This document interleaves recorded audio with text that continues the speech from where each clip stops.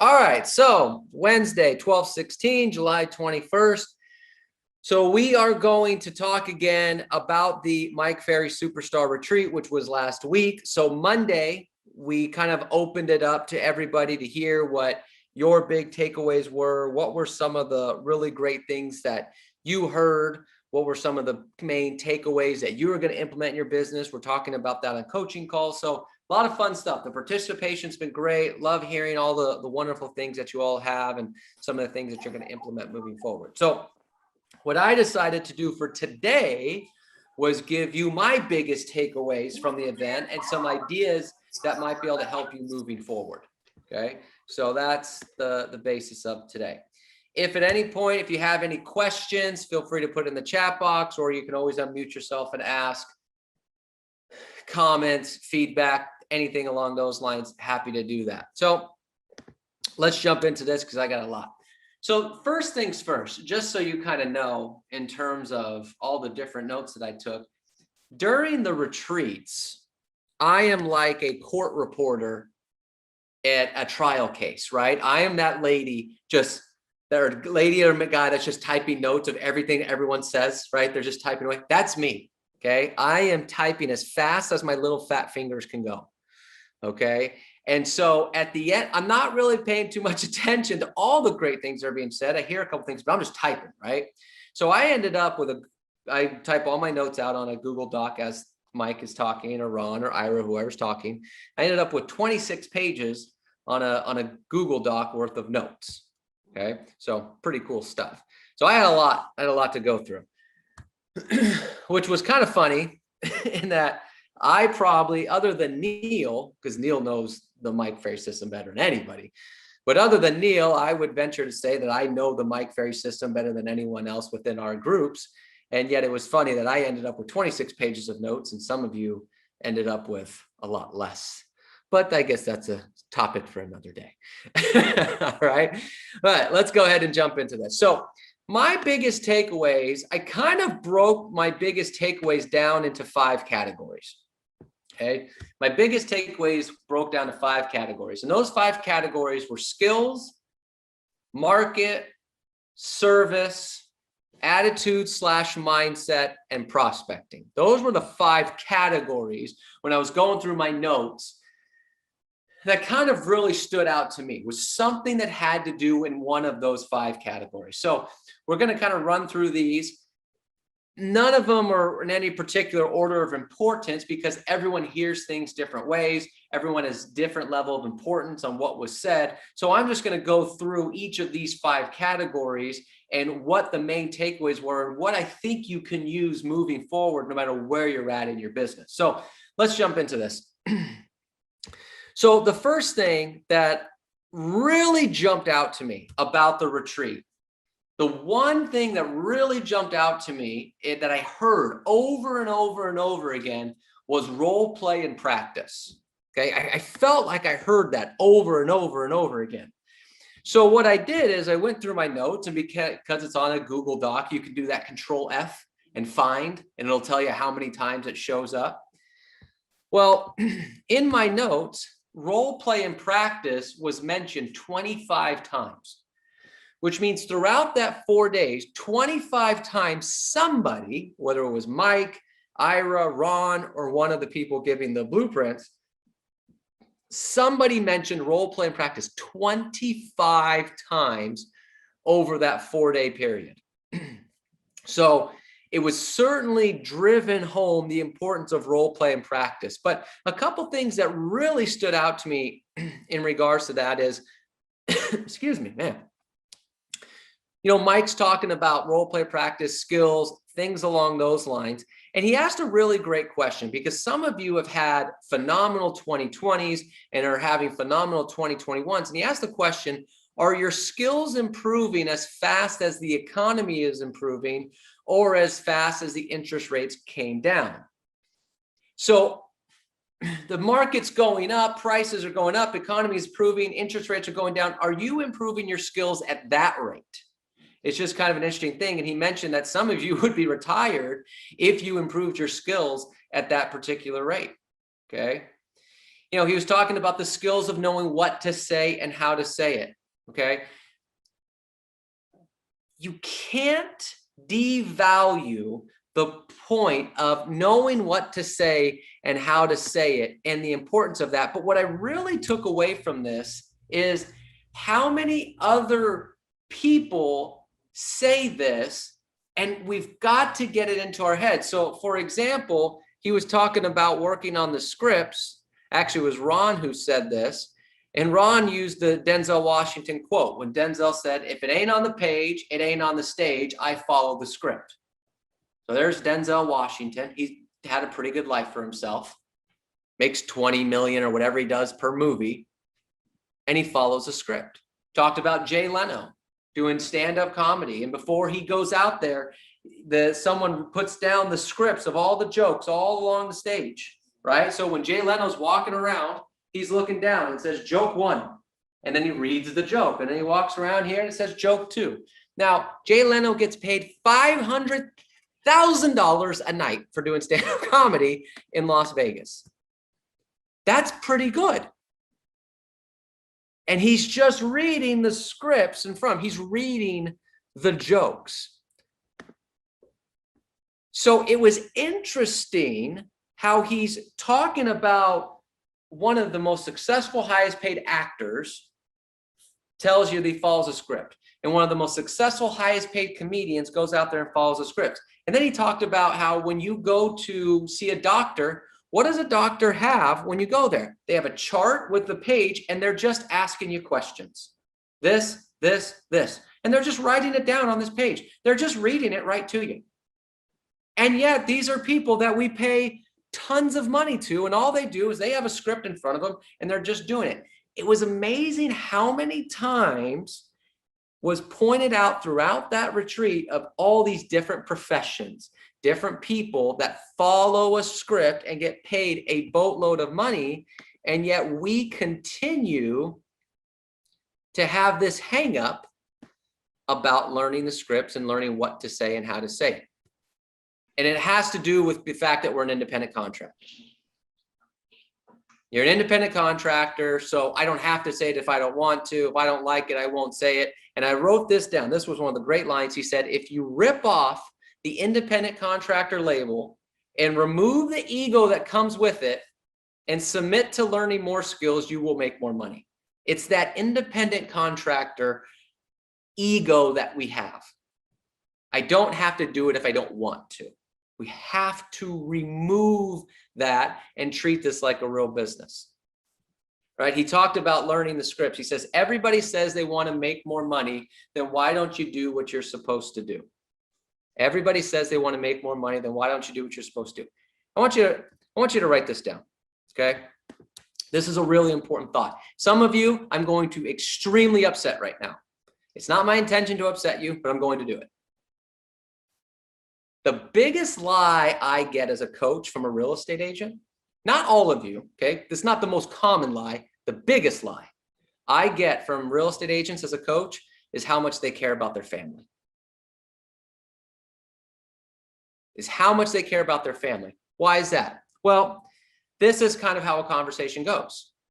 Tell me your goals. Oh, you know what? I want my goals because I want to do this for my kids. Give your kids an example.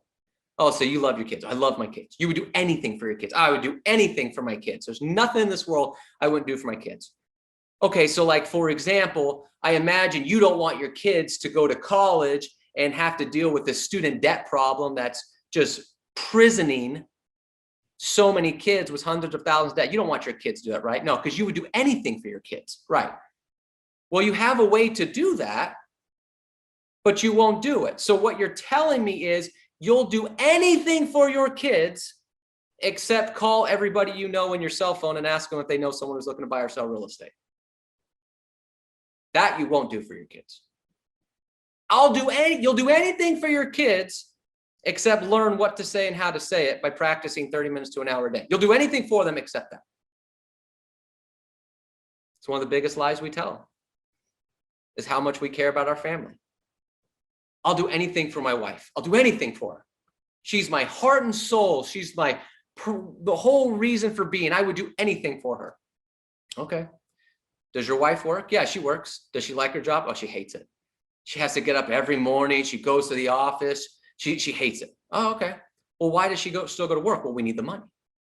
Okay. How much does your wife make? Well, she makes $80,000 a year. Okay, and you need the 80,000. Yeah. And you make how much per deal? Well, I make 15,000. Okay. So you have to make 6 deals, 5 or 6 deals to cover your wife's 80,000. That's 1 deal every 2 months. And all you have to do that is make an extra 25, 30 contacts a week, but you won't do it. So you will do anything for your wife except make an additional 25 to 30 contacts a week so she doesn't have to go to the job that she hates. One of the biggest lies we tell. It's how much we care about our families, but we won't do the little things like learn what to say and how to say it. We won't do the little things like learn how to do a listing presentation and learn your tonality. One of the biggest lies we get from coaching. Now, some of you do that. Some of you use your family as like, I would do anything for my kids. And then you use that and you utilize that to go make more money. Hal Swayze is one of the greatest examples of that. Hal, you do anything for your kids and your family? Absolutely. And my goal is to take them on a 6-month trip around the world. Okay, well, to do that, you got to do X, X, X, and X. And he did it. And this was like 10, 15 years ago. Took his family 6 months around the world. They went to like 15 or 16 different countries for 6 months. But we say we want to make more money, but we won't do what we're supposed to do with the skills. We won't role play. We won't practice. Okay? We won't do those different things. He put down here, this was one of the great points. The best are getting better and the weak are getting weaker. This was brought up multiple times about the best getting better. The greats constantly working, the greats constantly learning. Lou Holtz, one of my favorite quotes of all time, says you're either getting better or you're getting worse. You're not staying the same. So if you are not role playing and practicing at a really high level, you're not just staying the same, you're getting worse because the gap between the higher producers and the lower producers is getting bigger in our marketplace. Mike mentioned it. We've talked about this many times before. And it starts with taking your job seriously enough to practice, to role play at a really high level. I mentioned this on Monday. Karen Myatt, who's in our Marietta office, one of our very own agents, units wise is one of the highest producing agents in the entire MLS in terms of units. And she made a commitment that she has to role play every day at 8 a.m. Okay, so if she's already here and she made a commitment to practice more, how are you going to compete with an agent like that if you don't say, well, if she's practicing 30 minutes a day, I should do an hour? How are you going to do that? It's all about learning the skills. Okay. But the question I wrote down here is identify the skills that you have to work on and then work on them. Because some of you already have certain skills down, but you need to work on some other skills. What skills do you need to work on? Okay. Wrote down here, working on skills is, Mike had mentioned this and we talk about this all the time. He says, do sellers ever ask you questions? Do you give them a precise, honest answer or do you hem and haw throughout the process? So he used the words hem and haw. You hear me all the time say, how many times do you say Because the 2 letters that will destroy your business faster than any other letters in the alphabet are U and M. Seller asks you a question. Will you cut your commission? It's over. Next. Thanks for playing. But if you don't have the skills of learning what to say and how to say it, you will say, that's not what you get paid for. That's not what you get paid for. Wrote down here the skills of being able to listen. And he talked about watch your prospect closely. Both verbal and physical signs will tell you what they want to do next. They exude buying signals most of the time, and some of us miss them because we're not listening or watching. We just keep talking. They walk in, or you walk in, and you could have a chance to do a 1-minute presentation, but you just keep going. Do you absolutely have to sell your house? Yeah. You want me to take the listing for you? Yeah, great. All you need to do is sign the contract. But they say yes, yes, yes. And you go, okay, great. Well, one of the 3 things happened tonight. Like, well, you just missed an opportunity there. You're going through the presentation. Does that make sense? Yeah, that makes sense. Okay, so what price would you like to list at? $925. I agree. Sign, go, done, finish. They're telling you all the time, but we miss it because we're not paying attention. We're not listening. And that comes because we don't know what to say next. So we're not listening because it's like, okay, well, they're going to say this, and the next line in the script is this. Or you don't know the script at all. And so now you're really freaking out because you're not even thinking about what the next line of the script is. You're just thinking about, well, what do I say next? Because you're winging it. Can't do that stuff. Okay. The importance of knowing your skills, role play, and practice. This was a great point I wrote down here. He asked the audience, have you ever been involved in sports? Most people at some capacity have been involved in sports, young, older, or some sort of dance, some sort of, whatever routine where you were involved with a team. Did you practice? Yeah. If you told the coach you weren't going to practice, would they keep you on the team? No. And even if they did, would you get a lot of playing time? No. Sports practices, singers practice, actors practice. People practice. Or we think, real estate. Here is one of this is the key, okay? And then we'll get off the skills here in a second. This was the point that I want everybody to get driven home. This is the point. This is the one. Owning real estate is the most valuable asset an individual can have, right? We can mostly all agree with that. Almost every single person, their most valuable asset is their real estate. And we are responsible for helping them with that asset. So we're responsible for helping someone with their most valuable asset. Don't you think we owe it to them to learn the skills to help them with their most valuable asset? We're not selling pens. All right. We're not selling paper. We're not selling shoes. I mean, those are all important, but we're selling their biggest, most valuable asset. For the love of God, don't you think you owe it to these people with their most valuable asset to learn the skills of what to say and how to say it? To learn the skills of being a good presenter? To learning the skills of being able how to share information and articulate it very well? Yes. We expect a doctor to know what he's doing, so we should as well. Well, exactly. But here's why we don't. Here's why we don't. Because we as real estate agents don't hold ourselves up to the standard and don't hold ourselves in the same world as doctors, attorneys, accountants, and financial planners. We don't do it. Isn't that amazing? We don't. And then Go ahead, Jamil. And then the public doesn't see us as that. If we and that's the NAR's fault and our fault. But that's part of the gig. It's part of NAR's fault because NAR doesn't have any requirements for people to hold a real estate license, other than you can't kill somebody. Okay, don't kill anybody. Keep breathing. You can have your license. Okay, them be the rules. So you only do real estate super duper part-time, no problem. Keep your license. But it's also our fault because we show up in the public saying we're a real estate agent and we're going to open houses with shorts and a t-shirt on. Well, we're cool. We're hip. No, you're a loser.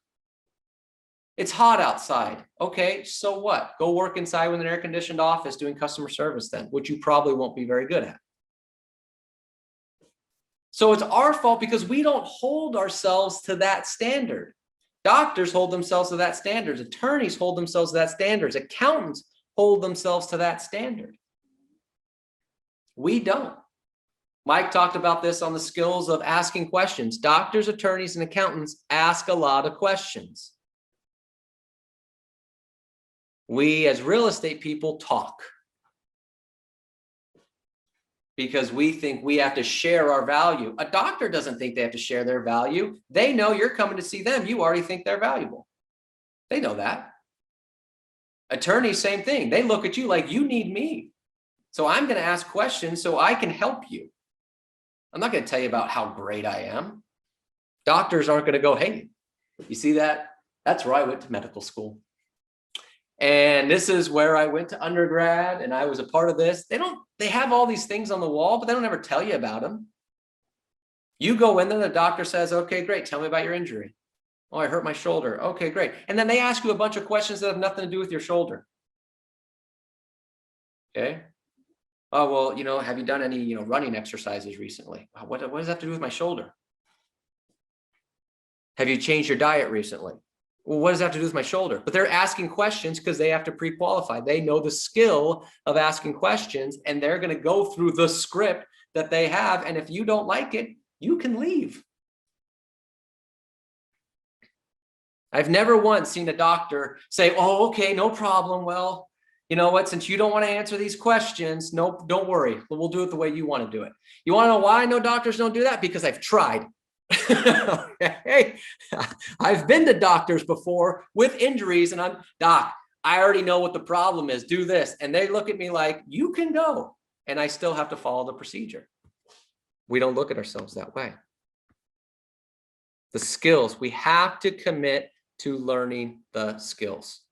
Okay, that is one of the biggest absolute takeaways we got from this past week was learning the skills, knowing what to say, how to say it. Okay. Wrote down here, Ron Cronin said, are you making more money now because of your skills or because of the condition of the market?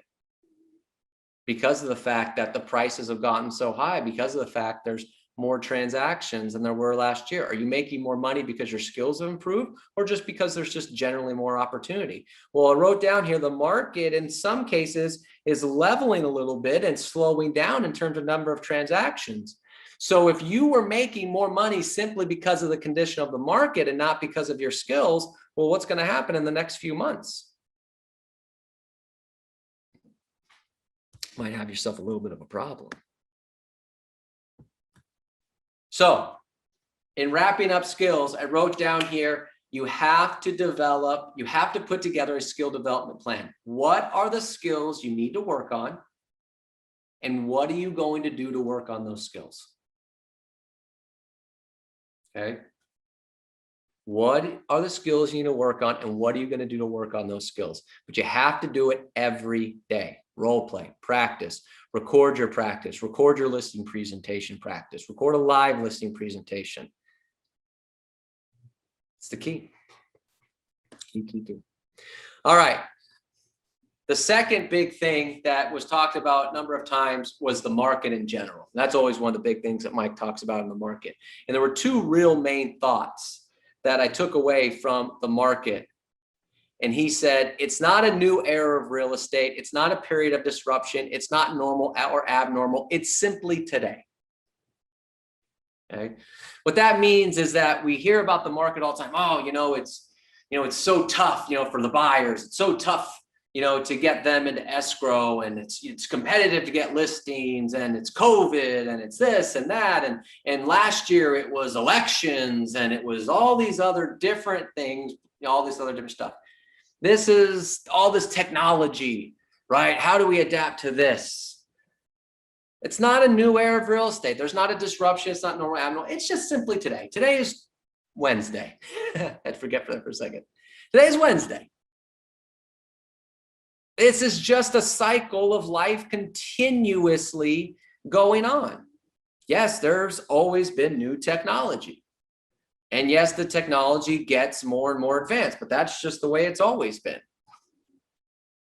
Yes, prices are higher. Well, prices have been higher before. Has it been this bad before of, so many bidding above asking price? No, probably not.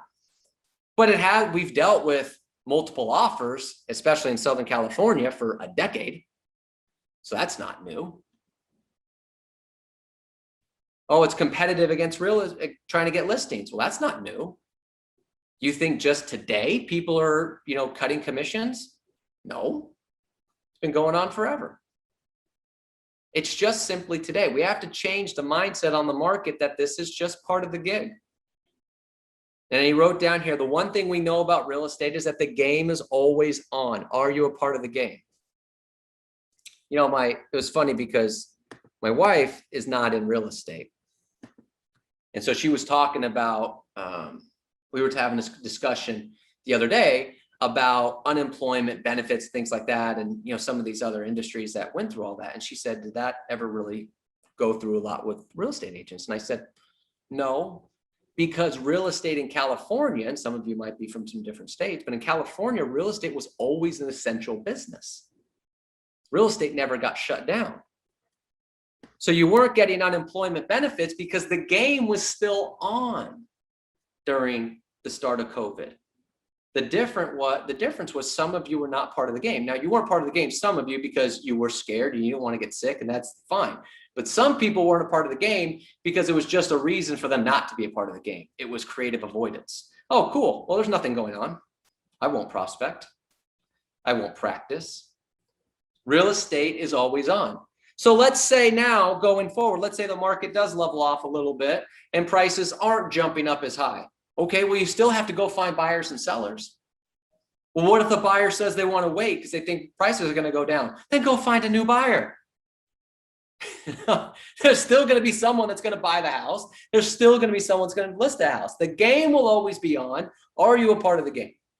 Don't worry about the market. Focus on what you can do to go get a deal. And if in your neighborhood nobody's buying or selling, then go to a different neighborhood. The game is always on in real estate. Are you a part of the game? It's the way it goes. We've got to be involved constantly. It is an essential business. It's one of the benefits of living in California. It has been since day one. So there you go. You have to get in the game. Stay in the game. Be in the game. That's how you win. That's how you win. The next thing I wrote down here was service, customer service. I've said this a bunch of times. Mike said this a bunch of times. Neil's said this a bunch of times, but it bears repeating. The amount of money we earn is in direct correlation to the level of service we provide. The amount of money we earn is in direct correlation to the level of service we provide. If you look at people as just a transaction, they will know that you're looking at them as just a transaction, and you will get that transaction and never anything else. And that is a way to be out of the business relatively quickly. Those who last the longest provide the best service because the clients know it's about them. How many times did we hear at the retreat with the blueprints, with Mike, with Ira, with Ron? I think everyone at some point in the retreat said about customer service, make me feel important, MMFI. It's about the client. If you're doing it for the client, if you're in the business for the money, or if you're in the business simply just to treat a transaction for money, you're not going to be in very long. You have to be able to show clients that you want to help them, that it's about them, that it's not about the $15,000. They are aware you're getting paid for your service. But you have to show them, I'm not here for the 15 grand. I'm here because I'm the best in the business and I can help you accomplish what you want to accomplish. And that doesn't just stop at the listing presentation. That goes all the way through the transaction. And then it doesn't stop at the end of the transaction. It goes forever. Monthly phone calls, emails, text, how you doing? What's going on? Who do you know? It's that level of service constantly. This was a great line here. Customer service means you're still polite to the client even after the check clears. It's about the service. And make no mistake, customer service is a form of prospecting. Customer service is a form of prospecting. Because if you're providing service at a really high level, you will get leads. You will have the confidence to call people and ask for leads. Because the truth is, if you provide crappy customer service, are you going to confidently call them and ask them for a friend who wants to buy or sell? No. But when you're providing great service, you know you're providing great service. And then you have that confidence to call them and say, great, yeah, I know, so good. So happy to help you. I'm so glad we got you into that house. I'm so glad we got that home sold for you. By the way, who do you know? But if you don't provide great service, you're not going to make the call. You're either not going to make the call, or you're going to go, oh, well, you know, if you happen to ever possibly know someone that maybe might want to someday, maybe in the next 250 years, think about potentially doing something in real estate. If you want to, feel free to give them my phone number. I'm so sorry for asking. Service. I went and bought a new suit over the weekend, and Nordstrom's was having their anniversary sale, right? So I was like, hey, go get a new suit, because sometimes I just want to buy a new suit. Okay. An $80,000 suit. It was an $800 suit that was on sale for $600. And I was like, steal. But they, oh man, they got me there. And I've bought in all kinds of suits. I'm like, I know my size. They're like, yeah, we know you know your size, but let's measure you up. I know my size. And they're like, no, let's measure up. And so I just went, okay, they got me on there. They got me measured up. They got me this. They put the jacket on. They're like, we're going to hem this up. We're going to do all this. Boom, boom, boom. And I feel like a king. I'm just like, this is cool. All I'm doing is buying a $600 suit. The guy next to me was probably spending way more than that. But they made me feel like a king because of the service. And even the lady goes, hey, you know what? Go get him a shirt that's got this, because it was a blue suit. Go get him that shirt. It's got the blue buttons and all these other different things. I know they're selling me on buying this $100 shirt. I'm aware. But the fact is, they were like, because we want to make sure it all matches with this, that. I'm like, so they got me the shirt, all these other different things. They even had shoes for me to wear because I wasn't wearing a suit when I came in. No, let's get you some brown shoes. What size shoe do you wear? And they have a closet of black, brown, whatever dress shoes of all these different sizes, so you can see how the suit's going to look with the different color shoes. The point is, the service was amazing. So when they called me the next day to thank me for coming in, and then said bye, and they did. The salesperson asked me, if you know of anyone, the sale's still going on for the weekend, that wants a suit, send them my way. I was no problem that they called and asked me for that, because I was like, the service was phenomenal. If you're providing the service, you can confidently call people and ask them referrals, and they will send them to you. If you don't provide that service, if that client had just said, oh, if I said, no, I know my size, and they said, okay, great, and I just went and looked around and went and bought a suit myself, and then they called me just because I purchased, I would never do anything. It's the service. They talked about that a number of times. We talk about it all the time. You have to upgrade your customer service. Have to upgrade your customer service. So what I wrote down here as a homework assignment for your, what are you doing? Do you have an actual plan of what you consider to be great customer service? Because we all say, oh, we provide great service. What do you do? And then after you write it out, figure out what you can do to upgrade it to exceptional service. And if you need some help with that, let me know. I have a list of ideas. All right. But it's about the service you provide. The next thing I wrote down here was attitude and mindset. Attitude and mindset. Now, Mike spent a lot of time on that, and we're not going to spend a whole bunch. We could spend hours, days, weeks on that. But there was a couple really key things that I want to mention about attitude and mindset that I think are really, really important pieces. Okay. And I wrote this down here. You have to maintain some sort of attitude of fun in your day-to-day life of a real estate agent. If you can't figure out how to have some fun, how to break a smile, how to break a laugh throughout the day, you're just never going to make it. You know, or Mike always says the line, you'll never make it out of this world alive.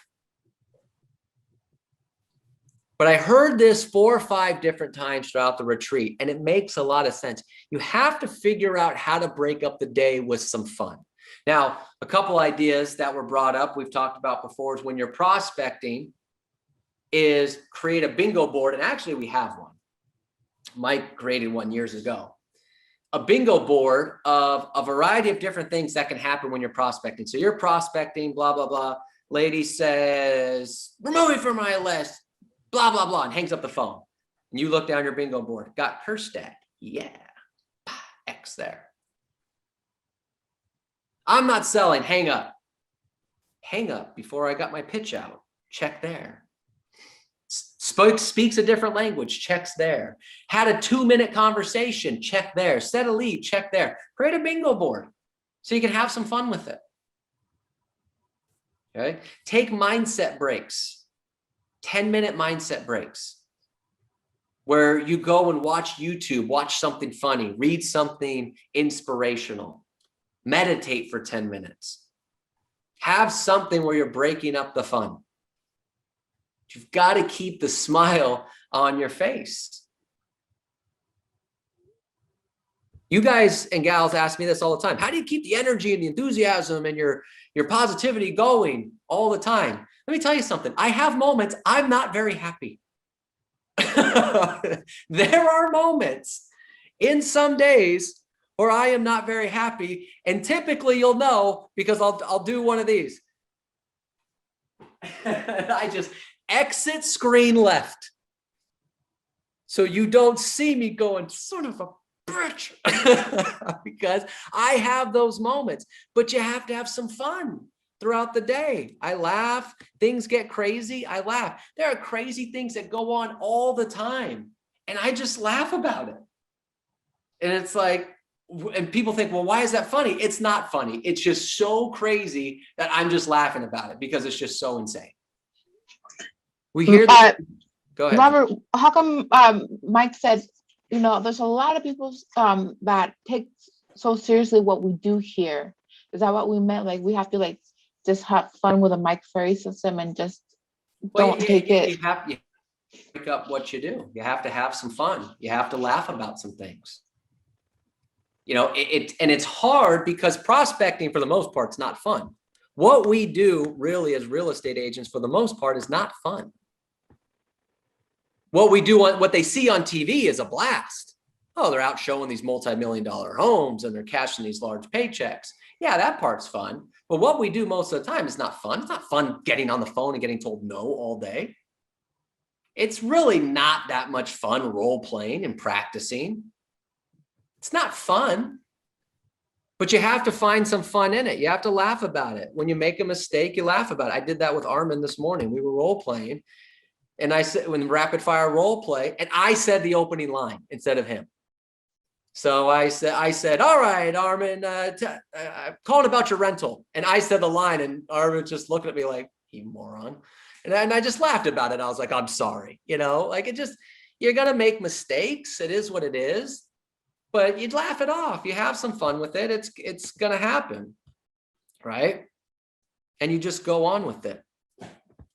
But you have to take mindset breaks. You have to be able to read books. You have to be able to watch videos. You have to have a go-to, okay? That you can, if you know that you're in a really bad spot, that you can go to real quick and get a quick smile, get something inspirational. You have to break up the day and have some fun. It's just part of the gig, okay? It's the only way to make it through our business. And it's boring. The repetitious boredom of prospecting, getting told no over and over and over again. So you have to really find some fun. You have to count small wins. As Mike said, play the win game. You know, every time you get a contact, that's a win. He talked about going to a for sale by owner. Going to a for sale by owner is like 10 wins. I drove to the for sale by owner, win. I got out of the car, win. I went to the door, win. I actually said the script, win. I didn't get the listing, but I got 7 or 8 wins. And he said he was trying to get 75 wins a day. Count the small wins. But I wrote down here in terms of you have to alleviate the stress is you can't sweat the small stuff.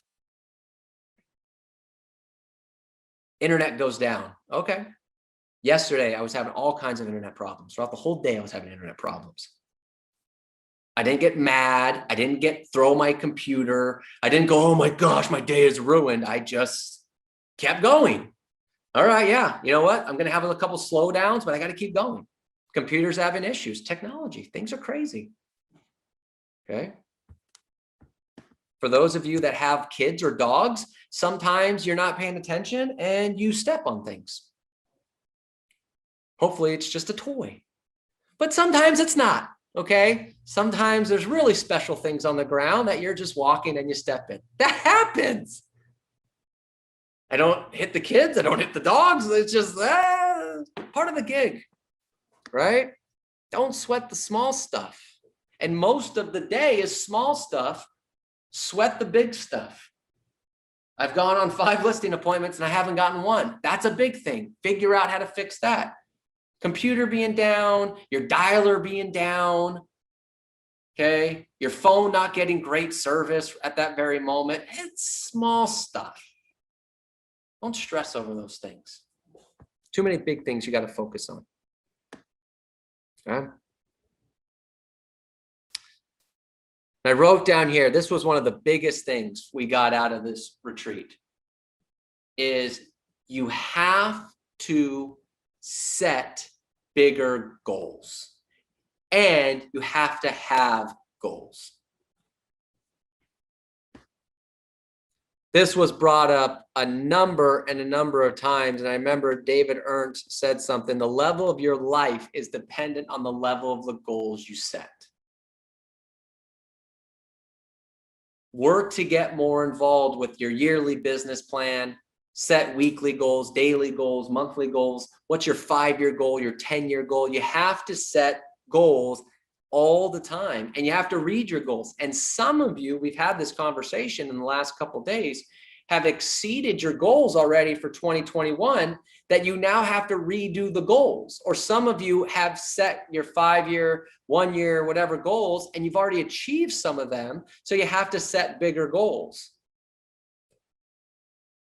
But goals got brought up a dozen times. The importance of having them and putting together bigger goals, stronger goals. And as Mike said, you have to figure out something that rocks your boat. Okay. Something that excites you. And if it doesn't excite you, you're not going to do any of this work. Because as we've said before, if you don't create the link between prospecting, if you don't know what you're going to exchange the money for, you're not going to do the activities because prospecting sucks. You need to set bigger goals and you need to have goals.